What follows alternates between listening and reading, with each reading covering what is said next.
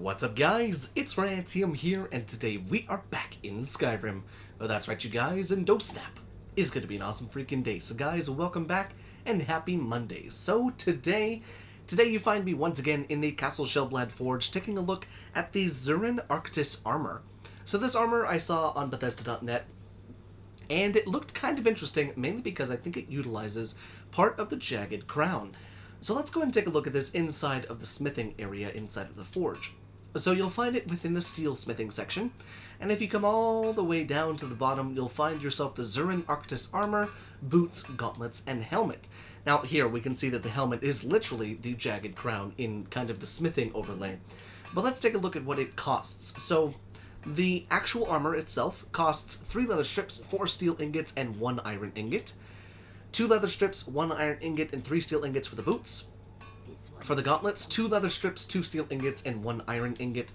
And finally, the helmet requires 2 leather strips, 2 steel ingots, and 1 iron ingot.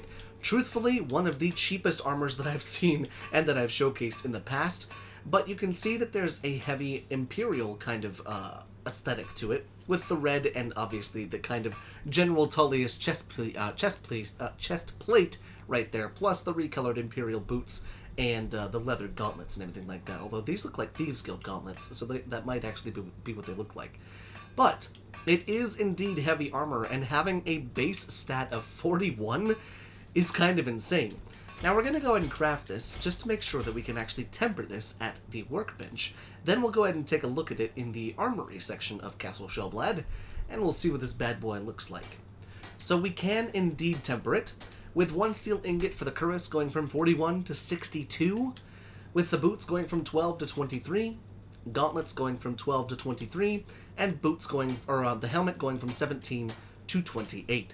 Really, really, really powerful armor, especially if you're able to get it close to, if not over, the stats with speccing into heavy armor and everything like that. So you can really have a nice heavy armor right there at the beginning of the game. Although keep in mind you do actually need access to the steel smithing, which pretty much just costs that. It's the first one there. So let's go ahead and take a look at the armor on an armor mannequin, shall we? And so here we can see the armor on the mannequin, and it looks a hell of a lot better on the mannequin than it does inside of the smithing overlay, mainly because I get 2 kind of aesthetics from this, maybe 3. Yeah, in fact I'll say 3. I get a Spartan look from this lovely helmet with the open area right there, almost like a Mandalorian helmet. I get a Dragon Priest kind of feel from the flowing robes, but also the armor. And then obviously I get a very draconic feel with the Jagged Crown and everything like that, especially with the Imperial symbol and the sigil right on your chest, right where the heart's at. Very, very cool to see that. So the armor itself is very, I would almost call it Centurion-like, although I'm not a big fan of having a little bag on my butt. If I'm going all in for having heavy armor, I don't want to have a bag every time I run smacking my butt, you know? I don't know how I feel about that. But, speaking of butts, I like the belt that comes around here, the nice leather sash with the gold and kind of silver right there. These are indeed Thieves Guild gauntlets right here, with maybe a bit of extra padding. But I think what's interesting about it is it looks like a blend between heavy and light armor, especially with, you know, the battle dress. I know that has an actual name, but I cannot for the life of me remember what it's called. I know it's not actually called a battle dress, but nonetheless it looks like one. And then we've got, you know, the golden boots down here. So it's interesting that it requires steel and iron to create, yet it looks golden and bronze on the armor itself. But I guess that's maybe something that the mod author decided to do. So what are you guys thinking about this armor? Did you like it? Did you hate it? Would you use this? And what would you use it for?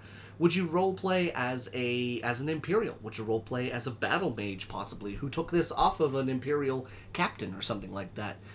Or are you thinking something else along the lines of, you know, being a battle mage or something like that? Let me know what you guys are thinking down there in the comment section.